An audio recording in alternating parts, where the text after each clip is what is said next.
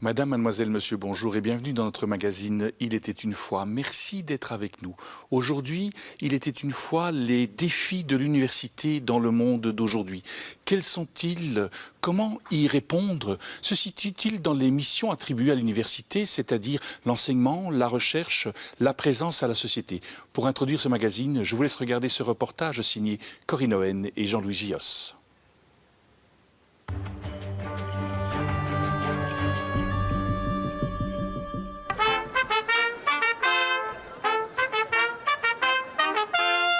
À l'Université catholique de Louvain, chaque rentrée académique démarre en musique.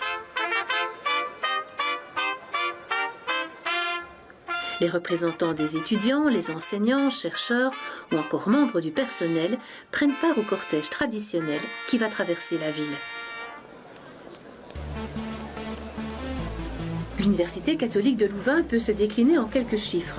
Tout d'abord, une implantation sur 7 sites en Fédération Wallonie-Bruxelles, ce qui représente près de 30 000 étudiants et 6 000 membres du personnel.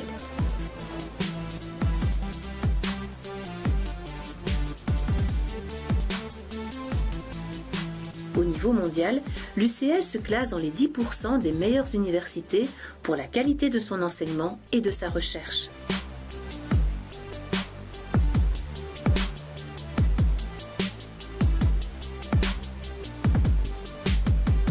Une recherche dont l'université a toujours souligné l'enjeu pour l'avenir de nos sociétés. Autant dire que le thème choisi cette année pour la rentrée, qui est l'aventure scientifique, résonne aux oreilles de tous.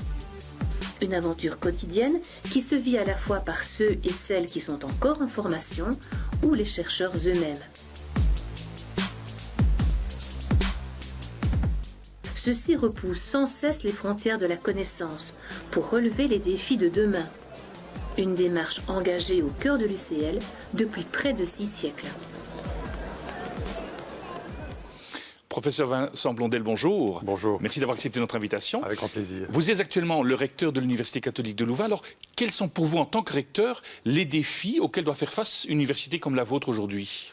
Alors, les défis sont vraiment très nombreux. Alors, avant tout, sûrement, un des défis, c'est que les étudiants aujourd'hui ne sont plus les étudiants d'hier. On n'apprend plus aujourd'hui comme on apprenait il y a 20 ans ou il y a 50 ans de cela. C'est sûrement un des grands défis. Donc, comment l'université fait face à ces modifications? Un défi, c'est celui de le positionnement de l'université dans une sphère internationale. Aujourd'hui, la mobilité est beaucoup plus importante. Donc, comment est-ce qu'une université s'organise dans un environnement international? Et puis sûrement qu'un troisième, c'est celui qui est relatif à l'organisation interne de l'université. Aujourd'hui, les contraintes sont devenues beaucoup plus nombreuses, les défis aussi sont beaucoup plus nombreux. Comment gérer le parcours des étudiants qui sont beaucoup plus nombreux à entrer à l'université aujourd'hui? Le fait que vous soyez, on l'entendait dans le reportage, sur 7 sites différents, est-ce que ça facilite justement votre mission? C'est une des difficultés, c'est un des défis, c'est aussi un des bénéfices et c'est un atout aussi, effectivement. On est implanté, on a des étudiants à la fois à Tournai, à Charleroi, à Mons. Il y a des activités aussi d'un hôpital universitaire à Namur. On est présent à Bruxelles, à Woluwe, à Saint-Gilles, avec des architectes à Saint-Gilles et bien sûr aussi à Louvain-la-Neuve.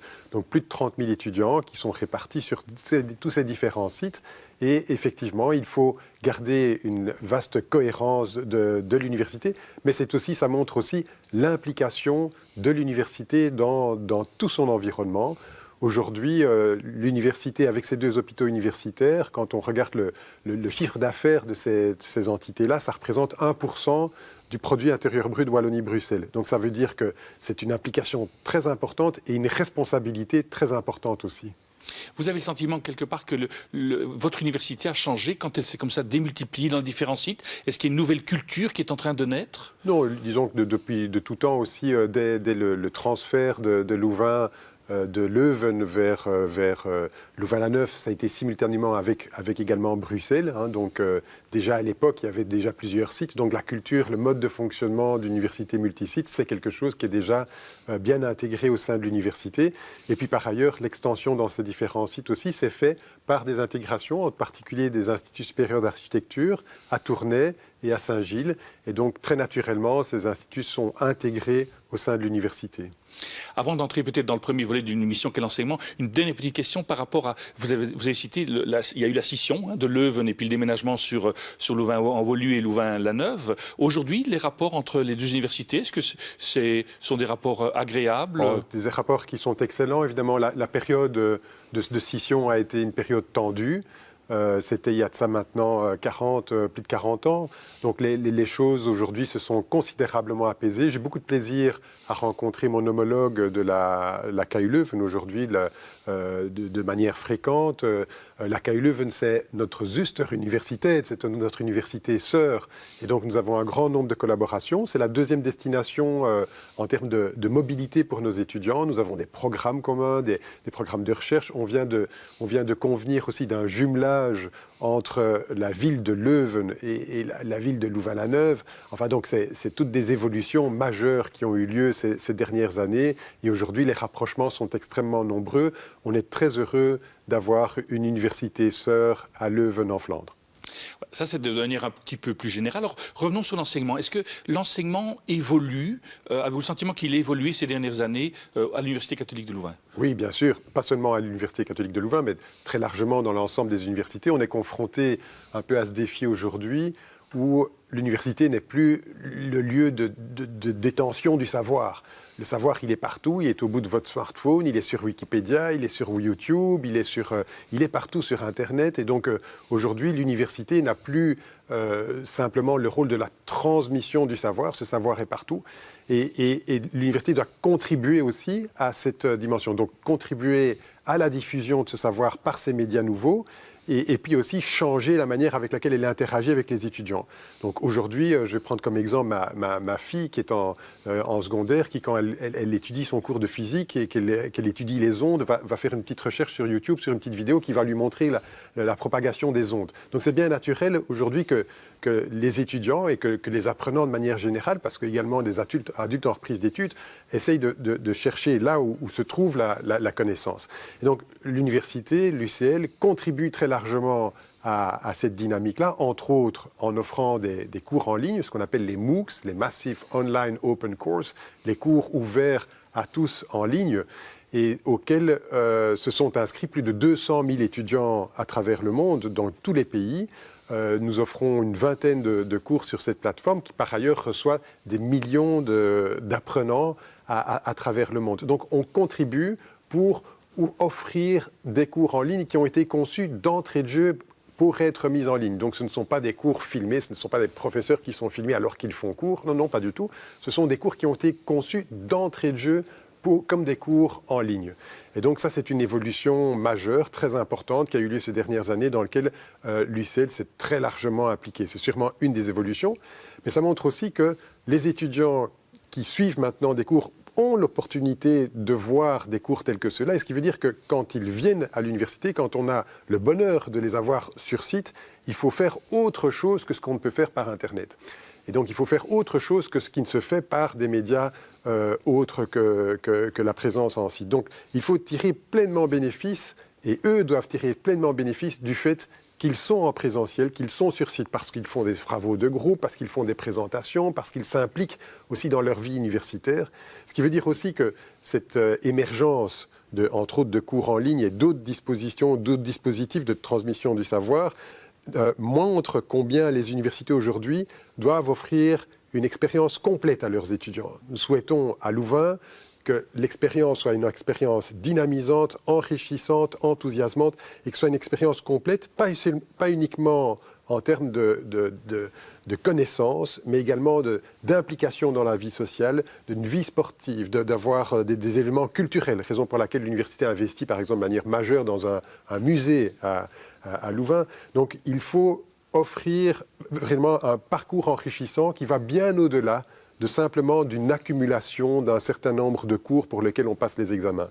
Aujourd'hui, un diplôme de Louvain, c'est bien plus que ça. C'est une expérience complète, c'est l'expérience Louvain, et c'est ce à quoi aujourd'hui les institutions d'enseignement supérieur doivent s'atteler. C'est d'offrir cette expérience unique qui va aussi former pour le futur, pas seulement pour des connaissances qui vont être directement exploitables, mais qui vont être aussi utiles dans 20 ans, dans 30 ans, avec des citoyens adultes, responsables et critiques. Ça signifie alors que vous, d'une certaine manière, vous formez aujourd'hui les enseignants à ces nouvelles technologies, également que vous les évaluez?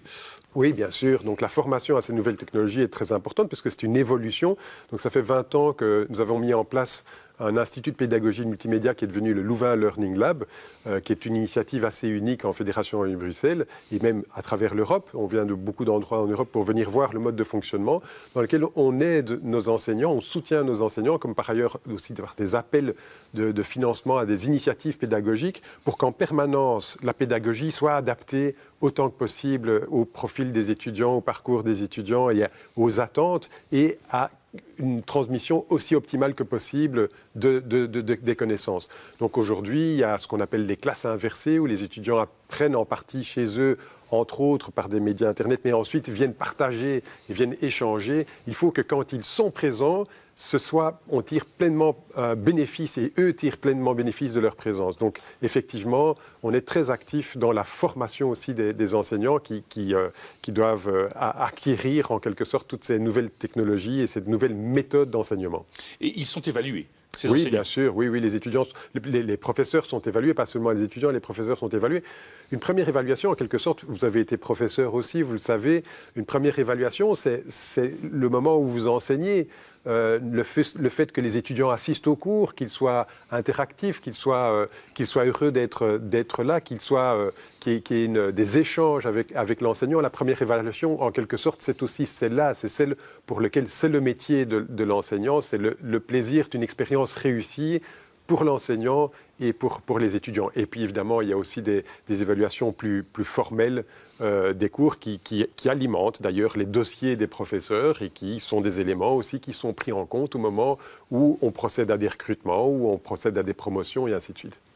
Je vous propose de nous retrouver dans quelques instants pour aborder le deuxième volet de ce magazine qui sera alors la mission de recherche de l'université.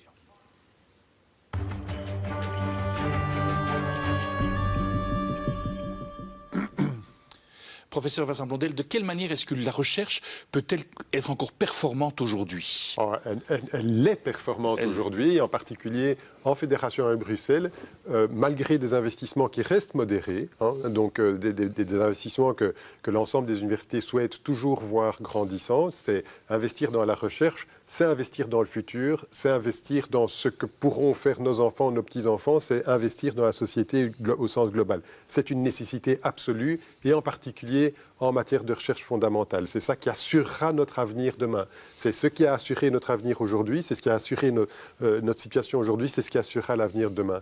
Et donc, oui, les institutions d'enseignement supérieur, les universités, la recherche fondamentale, c'est quand même l'ADN des universités, c'est ce qui différencie les universités. Eh bien, les universités, au sens général, en Fédération de Bruxelles, sont assez performantes quand on regarde la manière avec laquelle elles parviennent à attirer des étudiants, des chercheurs, des professeurs internationaux qui développent des recherches de premier plan.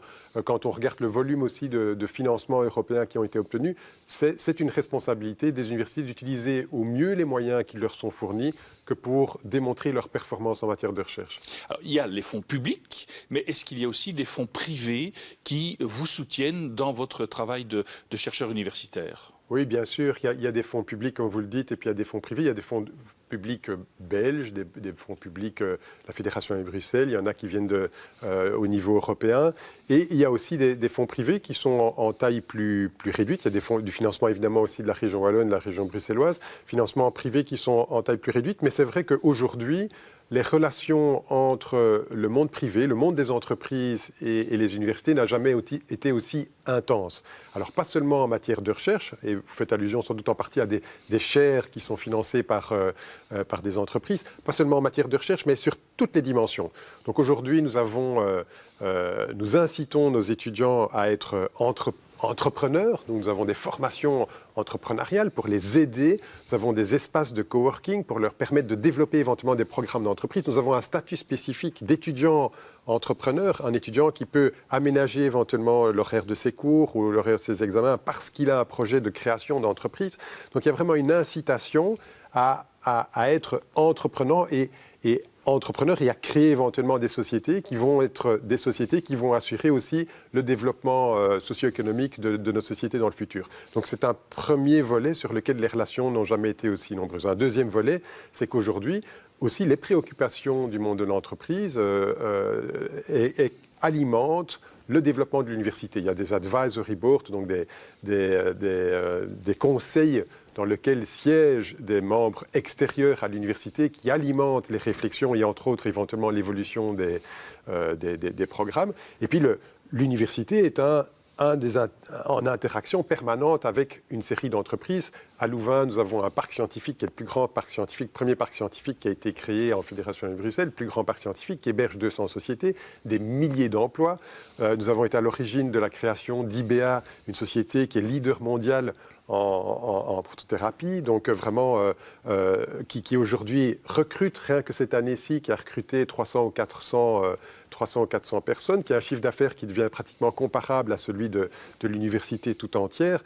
Donc il y a une implication, il y a là une responsabilité aussi dans le chef des universités de contribuer au développement économique. Même si ce n'est pas là son premier rôle, il y a cette responsabilité et elle s'inscrit dans ces relations que nous avons avec le monde économique qui est, je l'ai dit, à l'UCL, comme dans la plupart des universités à travers le monde, beaucoup plus intense aujourd'hui qu'il ne l'a jamais été dans l'histoire des universités.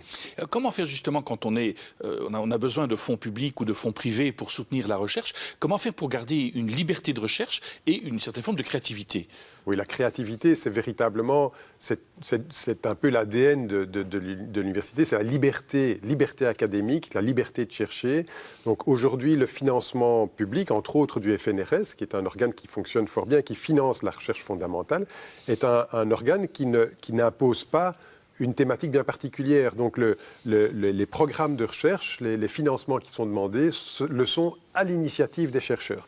Ça veut dire qu'un chercheur qui a une idée que certains éventuellement estiment ne pas être appropriée, mais qui a le sentiment qu'il a quelque chose d'utile à aller chercher dans une direction, et c'est souvent de là aussi que naissent et qu'émergent des thématiques nouvelles. Donc il a la liberté de venir déposer une demande éventuellement de financement, où il a certainement la liberté de chercher dans cette thématique-là, mais il a aussi la liberté de demander éventuellement de financement. Et le financement ne va pas dire, au FNS, ne va pas dire non, sur ce thème-là, nous ne finançons rien. Non.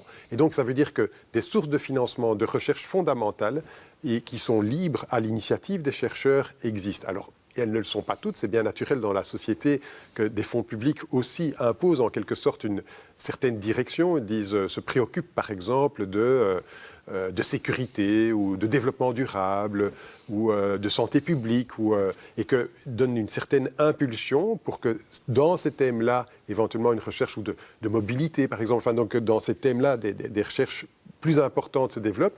Et il faut trouver donc ce juste équilibre entre une recherche guidée où on impose un peu les directions dans lesquelles on souhaite que les chercheurs développent leurs recherches, en matière de sécurité aussi. Voilà un autre exemple sur lequel les recherches sont fort importantes. Donc, et en même temps, laisser la liberté aux chercheurs. La liberté aux chercheurs, c'est la garantie, c'est notre investissement pour l'avenir. Une université comme la vôtre, qui est une université qui est dite complète, est-ce qu'elle doit être performante au niveau de la recherche dans tous les secteurs? Évidemment, on doit être performant dans tous les secteurs, et pas seulement d'ailleurs en recherche, en enseignement aussi, on doit être performant en tout. C'est la responsabilité, vous l'avez dit, des universités en Belgique francophone, c'est du financement public, et un financement public vient avec cette énorme responsabilité d'utiliser le financement qui nous est attribué de la manière la plus efficace possible. C'est vraiment la volonté, c'est la volonté de tous les acteurs des différents organes au sein de l'université, c'est notre volonté permanente. Alors en matière de recherche, c'est vrai que bien naturellement, la recherche est développée par des individus et que des individus, certains ont une aura ou ont une compétence particulièrement marquée et ces choses-là évoluent à travers le temps. On peut tous identifier dans le passé de nos différentes universités des acteurs qui ont donné une impulsion majeure dans une thématique de recherche qui pendant une période donnée, devient un peu une des marques aussi peut-être de fabrique de l'université, mais ces choses-là vont évoluant. Quand on a un prix Nobel en médecine comme avec Christian Deduve, ce n'est pas né de rien et ça a donné lieu ensuite à la création d'un institut qui aujourd'hui a une multitude de chercheurs qui travaillent sur ces thématiques extrêmement performantes. Donc ça donne tout de même des forces et des compétences toutes particulières dans certains thèmes de recherche. Mais ces choses-là vont évoluant en fonction des individus et en fonction aussi des problématiques dont on peut, en matière de recherche, il y a beaucoup de thèmes de recherche qui n'existaient pas, qui existent aujourd'hui, qui n'existaient pas il y a 20 ou 30 ans. Est-ce que l'université soutient ses chercheurs au sens, je pense par exemple à celui que l'on définit un peu comme l'initiateur du Big Bang, qui est un des pères du Big Bang, dont on a beaucoup parlé et qui était membre de l'université de Louvain. Est-ce qu'on le soutient alors qu'il peut-être il n'a pas, il n'est pas encore une autorité reconnue par les oui, donc vous sciences. faites allusion à Georges Lemaître, dont Oui. on fête un anniversaire, et c'est une des grandes figures de l'université, dont nous sommes très fiers. Donc le père, comme vous l'avez dit, de l'hypothèse de l'atome primitif, le père du Big Bang, qui était quelqu'un qui était en interaction avec Einstein et avec de nombreux autres scientifiques. Et donc c'est une des grandes figures de l'université.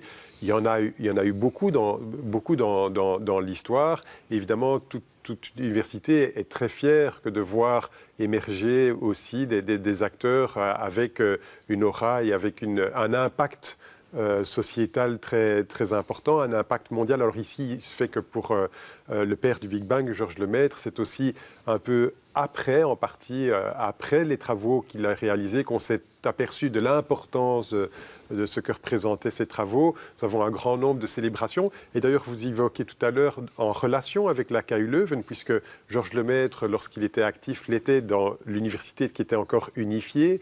Nous avons un grand nombre de projets communs avec la KU Leuven pour célébrer, pour se souvenir aussi, pour donner un coup de projecteur sur cette compétence très forte qui a été développée à Louvain et qui se poursuit en physique fondamentale aujourd'hui au sein des équipes de recherche. Donc ce sont aussi les équipes de recherche d'aujourd'hui qui célèbrent ces belles réalisations de ceux qui les ont précédées. Il nous reste alors à aborder dans quelques instants le troisième volet, ce qui est la mission de la présence de l'université à la société.